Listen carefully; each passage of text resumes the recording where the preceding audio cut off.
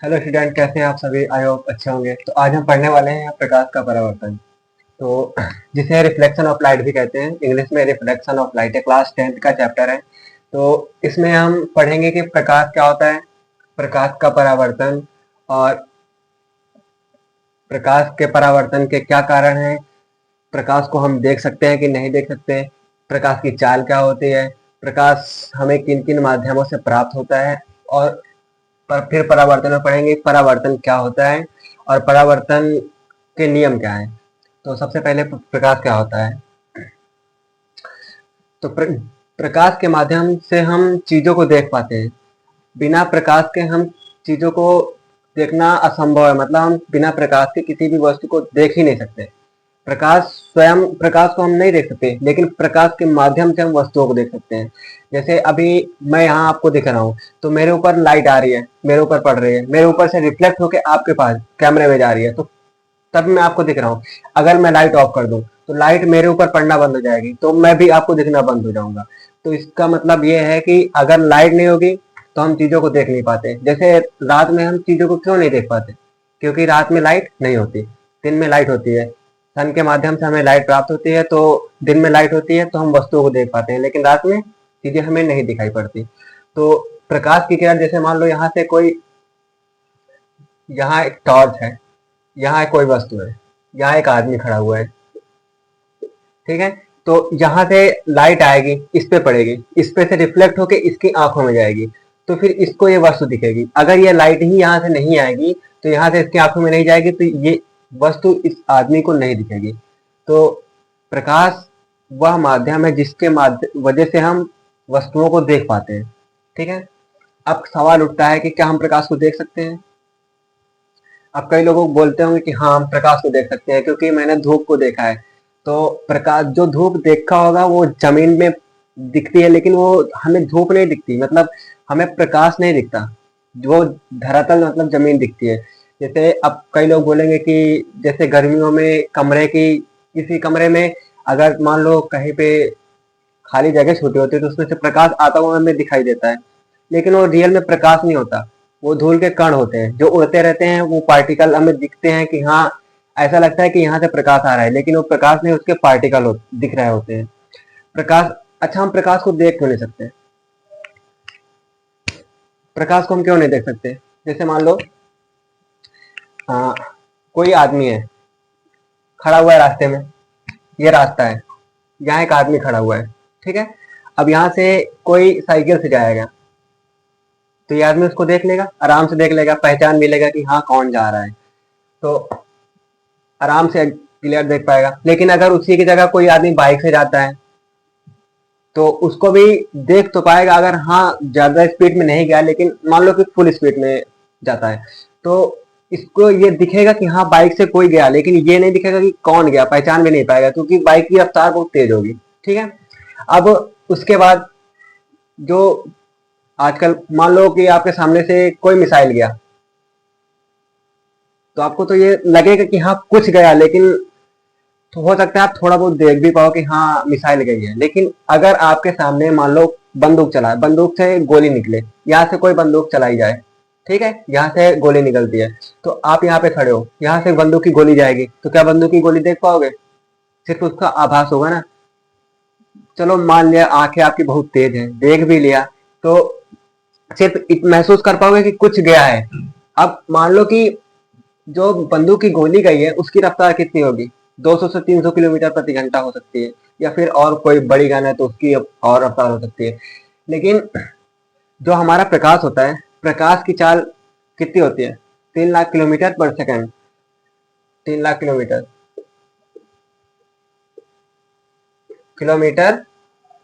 पर सेकंड होती है। अब बताओ, तुम्हारी आंखों के सामने से 3 लाख किलोमीटर की रफ्तार से अगर कोई वस्तु जाएगी, तो क्या तुम देख पाओगे उसको? अगर हमारे सामने से कोई 200 की स्पीड से अगर कोई बाइक से निकलता है, तो हमें सिर्फ उसकी हवा ही लगती है, उसको पहचान तक नहीं पाते। तो अब 3 लाख की रफ्तार से अगर कोई चीज हमारे सामने से जाएगी, तो हम उसको कैसे देख सकते हैं? इसको अगर हम मीटर में लिखना चाहें, तो इसको हम 3 × 10⁸ लिख सकते हैं। यह प्रकाश की चाल होती है। इसको मीटर पर सेकंड होता है, और ये किलोमीटर पर सेकंड होता है, ठीक है। तो प्रकाश के माध्यम से वस्तुओं को देखते हैं, लेकिन प्रकाश को हम स्वयं में देख नहीं सकते। इतना समझ में आ गया? ठीक है, अब आगे बढ़ते हैं।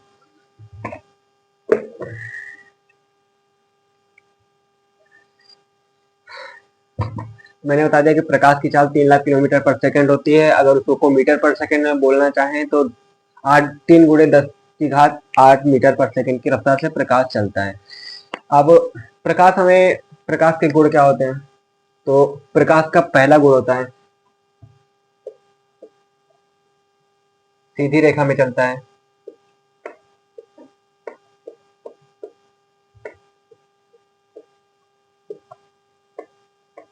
प्रकाश हमेशा सीधी रेखा में चलेगा। जैसे यहाँ पे मान लो सूरज है,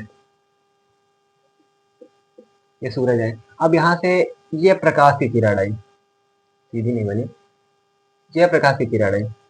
तो अब ये ऐसी आई है तो ये आगे ऐसी ही जाएगी, ना कि यहाँ से मुड़ के नीचे चली जाएगी। ऐसा हो ही नहीं सकता। अगर जाएगी तो ऐसी जाएगी। मतलब प्रकाश की किरण जैसे चलती है, उसको जिधर रास्ता मिलता है, जिधर रास्ता ये नहीं कह सकते, वो जिधर चलना स्टार्ट करती है फिर वो उधर ही सीधे एकदम सीधी रेखा में जाती है। अगर प्रकाश की 2 लाइनें खींच दी जाए, जैसे एक प्रकाश की किरण यहाँ से जा रही है और एक प्रकाश की किरण यहाँ से जा रही है, तो ये 2 लाइनें हमेशा इसी डायरेक्शन में जाएंगी, हमेशा, जब तक हमेशा सीधी रेखा में जाएंगी, एक ही दिशा में जाती है। कभी ये नहीं कि ये नीचे चली जाए, ऐसा हो ही नहीं सकता, क्योंकि प्रकाश का एक गुण होता है कि वो हमेशा सीधी रेखा में चलती है। ठीक है, अब ये दोनों प्रकाश की किरण हमेशा ऐसे ही जाती रहेंगी, कभी एक दूसरे को काटेंगी नहीं। अगर ये अपने मार्ग से विचलित होती, मान लो अगर ये यहाँ मुड़ जाती, ये यहाँ मुड़ जाती, तो फिर ये दोनों एक दूसरे को काट देती, लेकिन ऐसा होगा नहीं। प्रकाश की किरण हमेशा सीधी रेखा में जाती है। ठीक है, अब दूसरा गुण होता है प्रकाश की किरण पारदर्शी माध्यम में, जैसे कांच हो गया, तो कांच में प्रकाश की किरण आर पार जा सकती है, लेकिन अपारदर्शी माध्यम, जैसे कोई लकड़ी है, ये मार्कर है, तो इसमें से हम इधर से लेजर लाइट मारेंगे तो क्या इसके आर पार लाइट जा पाएगी? नहीं जा पाएगी। लेकिन अगर कोई शीशा हो, शीशा कांच, शीशा नहीं कह सकते, आप लोग दर्पण समझ बैठे हुए जिसमें चेहरा देखा जाता है, वो नहीं, वो दर्पण होता है, उसमें से लाइट रिफ्लेक्ट हो जाएगी। शीशा मतलब वो कांच, कांच नहीं समझ पा रहे हो तो सफेद कलर की या फिर कोई बॉटल हो, कोई बॉटल जो व्हाइट हो, जो शादी होती है, उसमें अगर हम लाइट मारेंगे तो लाइट आर पार हो जाएगी। जैसे पॉलीथीन आती है सफेद वाली, उसमें भी लाइट मारेंगे तो आर पार हो जाएगी। तो उसी तरह जो पारदर्शी माध्यम में पहला ये हो गया। दूसरा लिखते हैं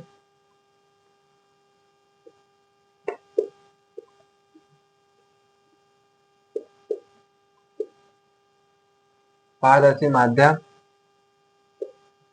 से गुजर सकती है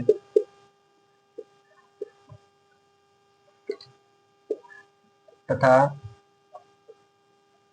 अपारदर्शी माध्यम से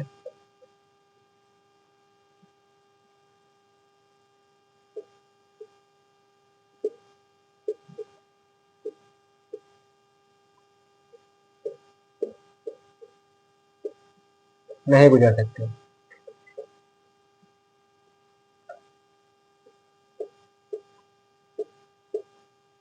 ये प्रकाश का एक गुण होता है कि अगर पारदर्शी माध्यम है तो प्रकाश की किरण आर पार जा सकती है, तो पारदर्शी माध्यम से गुजर सकती है, मतलब उसके आर पार चली जाएगी। लेकिन जो अपारदर्शी माध्यम है, दीवार है, दीवार के इधर से हम टॉर्च लगाए तो क्या दीवार के उस पार हमें लाइट दिखेगी? नहीं दिखेगी। लेकिन अगर इसी की जगह हम कांच लगा दें, लाइट मारेंगे तो आर पार चली जाएगी। तो क्योंकि कांच एक पारदर्शी माध्यम होता है जिससे प्रकाश की किरण आर पार जा सकती है। ठीक है, इतना नोट हो गया। अब आगे हम बात करते हैं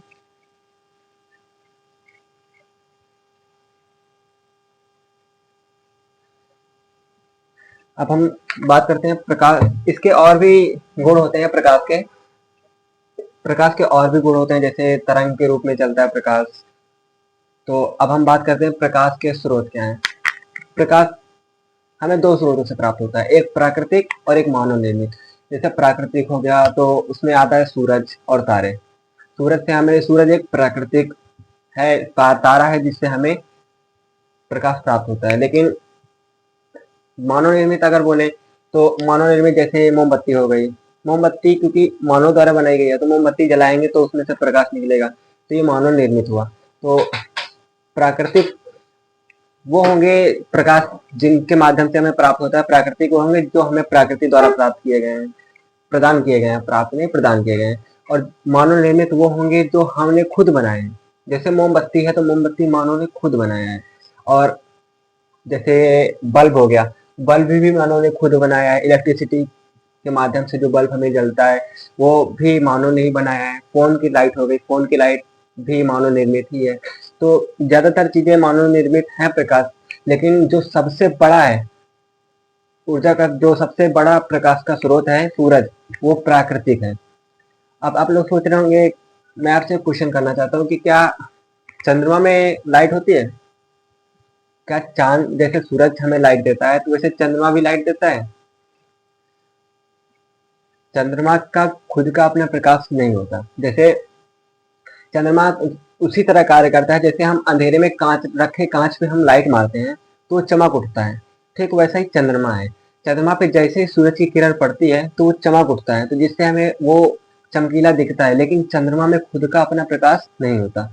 खुद का अपना प्रकाश तारों के पास होता है और सूरज के पास खुद का अपना प्रकाश होता है।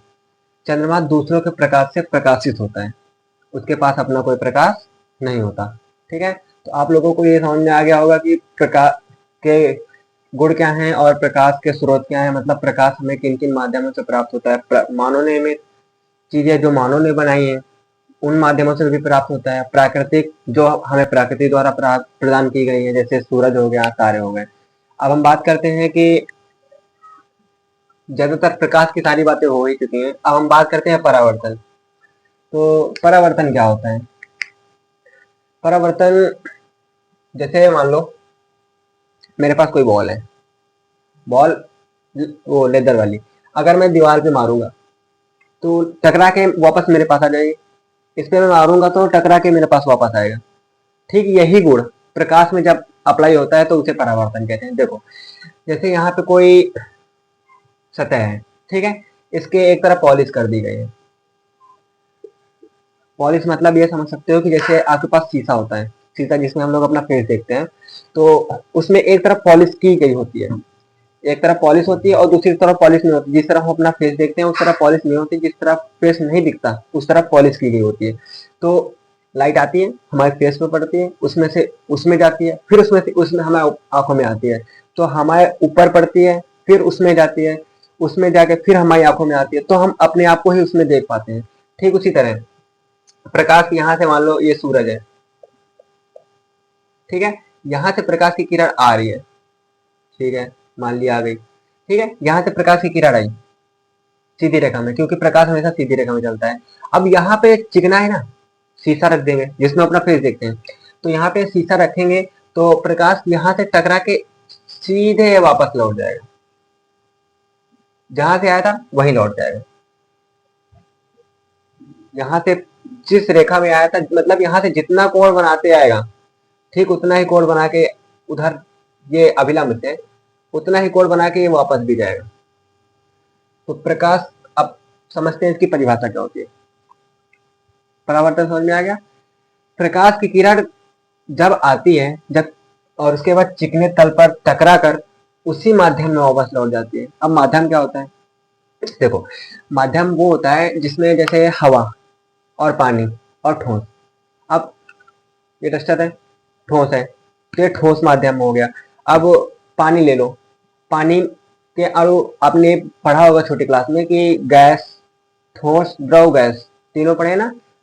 गैस के जो अणु होते हैं वो सबसे ज्यादा दूर दूर होते हैं, उसके बाद द्रव के अणु उससे पास पास होते हैं और ठोस के अणु सबसे पास पास होते हैं। ये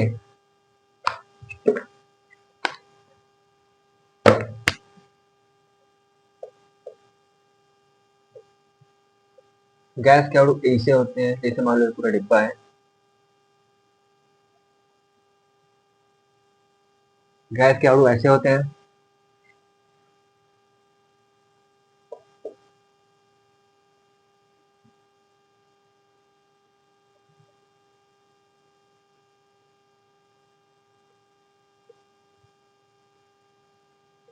ये होते हैं द्रव के अणु,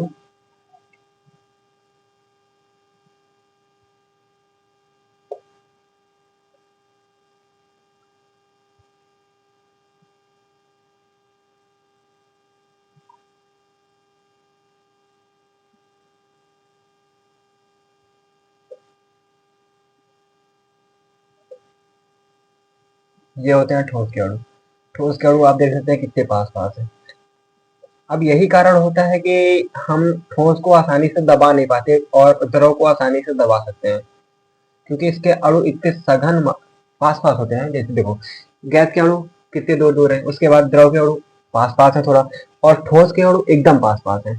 ठीक है, तो ये एक विरल माध्यम कह सकते हैं इसको। विरल मतलब जिसमें बहुत दूर दूर चीजें होती है, विरल माध्यम हो गया ये। अब इसकी तुलना में ये, इसके अणु पास पास है ना, तो इसकी तुलना में ये सघन माध्यम होगा। सघन मतलब वो होता है जिसमें अणु पास पास होते हैं, मतलब जो विरल के अपेक्षा ज्यादा उस डार्क को कह सकते हैं। जैसे पानी और पत्थर, तो अब पानी और पत्थर दोनों में तुलना की जाए तो आप विरल किसको बोलोगे? पानी को। और सघन किसको बोलोगे? पत्थर को। ठीक वैसा ही यहाँ पे अगर गैस है तो गैस और पानी में आप विरल गैस को बोलेंगे, और जो सघन है वो पानी होगा। ठीक, अब ठोस में प्रकाश जा ही नहीं सकता, तो इसकी हम बात ही नहीं करेंगे, क्योंकि ठोस हमने पढ़ा है कि जो अपारदर्शी माध्यम होता है उसमें प्रकाश जा ही नहीं सकता। और जो ठोस होते हैं वो ज्यादातर सब वो होते हैं, ज्यादातर क्या 70% या 80% हम कह सकते हैं कि अपारदर्शी होते हैं। बस जैसे कांच हो गया, कांच ठोस होते हुए भी पारदर्शी होता है। तो कांच के लिए अगर हम बोले कांच के लिए, तो सघन माध्यम में फिर ये विरल हो जाएगा और ये सघन हो जाएगा। अगर हम कांच से इसकी तुलना करें तो कांच और पानी में दोनों में से अगर हम फेंक के मारे तो चोट किससे लगेगी? कांच से लगेगी। तो कांच सघन माध्यम हुआ। और पानी पानी अगर हम फेंक के मारेंगे तो उतना ज्यादा चोट नहीं लगेगा, हाँ, लेकिन अगर उसको ज्यादा प्रेशर से फेंका जाए तो चोट लगेगी, लेकिन कांच की तुलना में कम लगेगी। तो कांच के लिए फिर ये विरल हो जाएगा और फिर कांच सघन हो जाएगा। ठीक है, इतना समझ में आ गया विरल सघन। अब आगे बढ़ते हैं।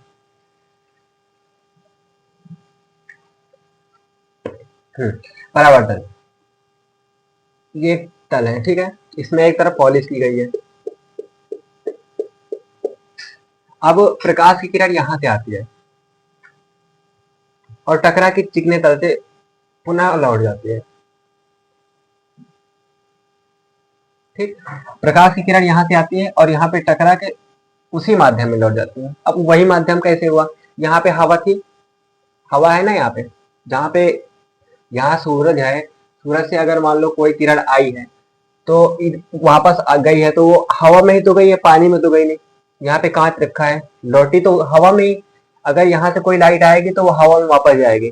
तो हवा से आएगी, हवा में वापस जाना ही मतलब उसी माध्यम से आके उसी माध्यम में लौट जाना ही परावर्तन होता है।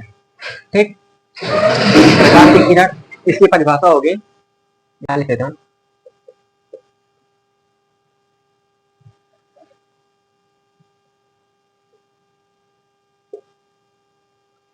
प्रकाश की किरण का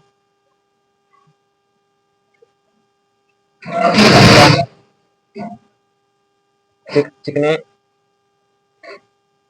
तल से टकराकर उसी माध्यम में लौट जाना परावर्तन होता है। प्रकाश की किरण ये आई, चिकने तल, ये चिकना तल हुआ, से टकरा कर यहाँ पे टकराई, उसी माध्यम में वापस लौट जाना। हवा से आई थी, हवा में वापस लौट गई। तो प्रकाश की किरण जब एक माध्यम से आती है और किसी चिकने तल में टकरा कर उसी माध्यम में वापस लौट जाती है, तो यही प्रकाश का परावर्तन होता है। ठीक है, अब हम यहाँ पे एक अभिलंब डालेंगे।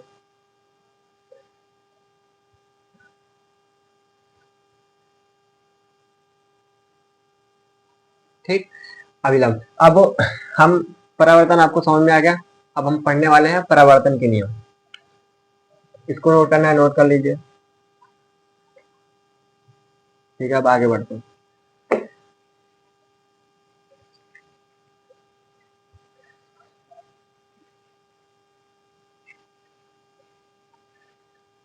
अब हम इसमें समझते हैं कि इसमें से कौन सी को क्या बोलते हैं। ये हमारा पृष्ठ होता है, इसको हम पृष्ठ बोलेंगे। ठीक, ये होगी हमारी आपतित किरण।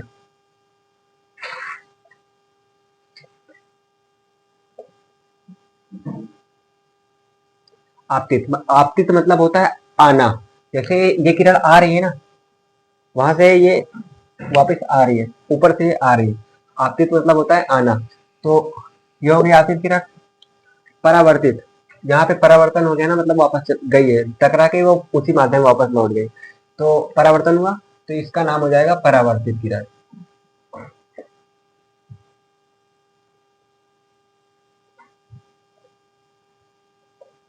ये हो गई हमारी आपतित किरण, ये हो गई हमारी परावर्तित किरण, और ये हो गया हमारा पृष्ठ। ठीक, अब इसको हम बोलेंगे अभिलंब।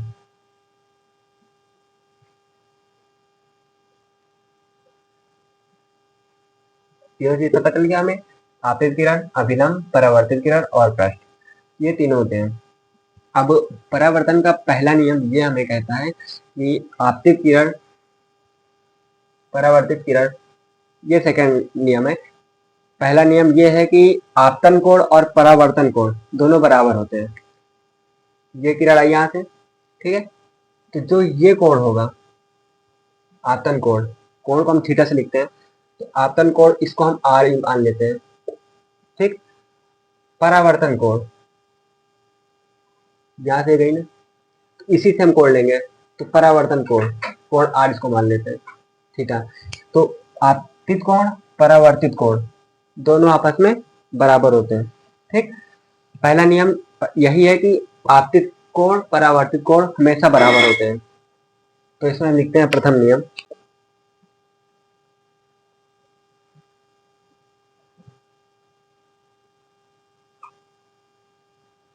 तो इसमें हम लिखते हैं कोण आई बराबर कोण आर, कोण आर, ये कोण आई है, ये कोण आर है, दोनों हमेशा बराबर होंगे। ये इसका नियम ही कहता है कि कोण आई बराबर कोण आर होगा। तो इसको हम अगर उसमें लिखना चाहें परिभाषा में, तो आपतन कोण, ये हमारा आपतन कोण होगा, क्योंकि ये बन रहा है आने वाली किरण से बन रहा है, तो इसको हम बोलेंगे आपतन कोण।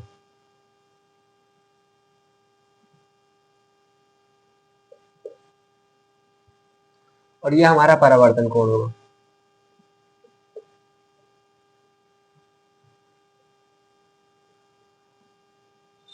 ठीक, अब आपतन कोण और परावर्तन कोण दोनों हमेशा आपस में बराबर होंगे, तो आपतन कोण बराबर होगा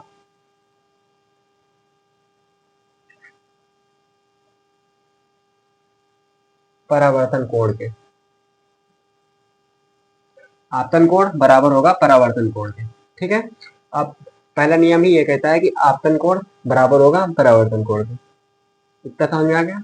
अब हम पढ़ते हैं दूसरा नियम।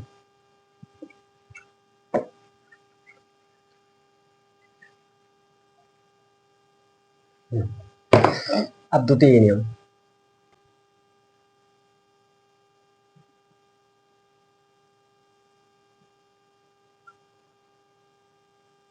द्वितीय नियम, द्वितीय नियम ये कहता है कि आपतित किरण, परावर्तित किरण और ये अभिलंब तीनों एक ही बिंदु पर मिलेंगे और एक ही पृष्ठ पे होंगे। जैसे ये पृष्ठ है, आपतित किरण आई, यहाँ पे मिली, परावर्तित किरण यहीं से जाएगी, जो हमारा अभिलंब होगा वो तीनों एक ही पृष्ठ पे एक ही तल में होंगे।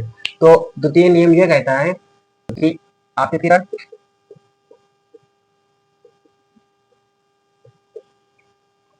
परावर्तित किरण, परावर्तित किरण तथा अभिलंब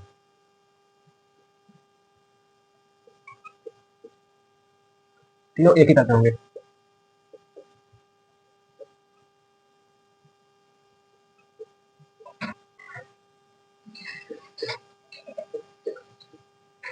आपतित किरण, ये आपतित किरण, ये आने वाली किरण, परावर्तित किरण, ये जाने वाली किरण, और अभिलंब ये दिख रही है ना, ये लाइन डॉट डॉट जो बनाई है, ये अभिलंब है, ये आपतित किरण है, आने वाली किरण आपतित किरण, जाने वाली किरण परावर्तित किरण, और ये अभिलंब जो ये डॉट डॉट बनाया गया है, ये अभिलंब है। तीनों एक ही बिंदु पे होंगे। ये नहीं कि आपतित किरण आ रही है यहाँ से और परावर्तित होकर यहाँ से जाएगी, ऐसा होगा ही नहीं, क्योंकि जो लाइट आएगी या जहाँ से टकरा के उसी माध्यम में वहीं से जाएगी, दूसरे बिंदु से जा ही नहीं सकती।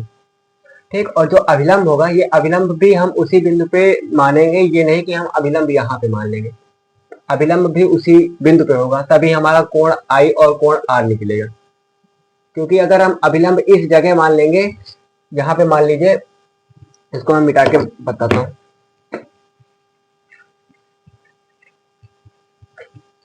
हाँ, जैसे मान लीजिए हम अभिलंब यहाँ पे मान लिए, ठीक। अब द्वितीय नियम, पहले तो द्वितीय नियम गलत हो गया, लेकिन द्वितीय नियम के अनुसार यह अभिलंब यहाँ हो ही नहीं सकता, पर मैं समझाने के लिए यहाँ पे मान रहा हूँ।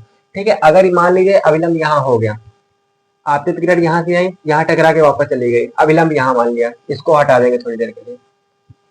अब यहाँ पे हमारा पहला नियम भी काम नहीं कर रहा, यहाँ पे टकरा के उसी माध्यम में तो जा रही, लेकिन कोण आई और कोण आर बनेगा ही नहीं, क्योंकि केवल यहाँ पे कोण आर मिलेगा, हमें कोण आई मिलेगा ही नहीं।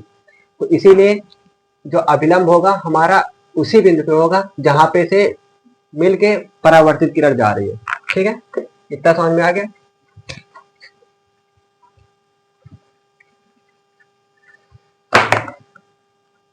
तो प्रथम नियम ये कहता है कि कोण आई और कोण आर आपस में हमेशा बराबर होंगे, जो अभी मैंने करके दिखाया। और द्वितीय नियम ये होता है कि आपतित किरण, आने वाली किरण, परावर्तित किरण, जाने वाली किरण। परावर्तित किरण को जाने वाली किरण बोलते हैं। तो आपतित किरण, परावर्तित किरण और अभिलंब तीनों एक ही तल में होंगे, जो नीचे चिकना पृष्ठ होगा, एक ही बिंदु पे तीनों मिलेंगे। ठीक है, द्वितीय नियम ये कहता है। तो आई होप इतना समझ में आ गया होगा आपको। तो मिलते हैं आपसे नेक्स्ट वीडियो में, तब तक के लिए थैंक यू। अगर ऐसी क्लास आप लोग चाहते हैं तो चैनल को सब्सक्राइब करें, लाइक करें और शेयर करें। धन्यवाद।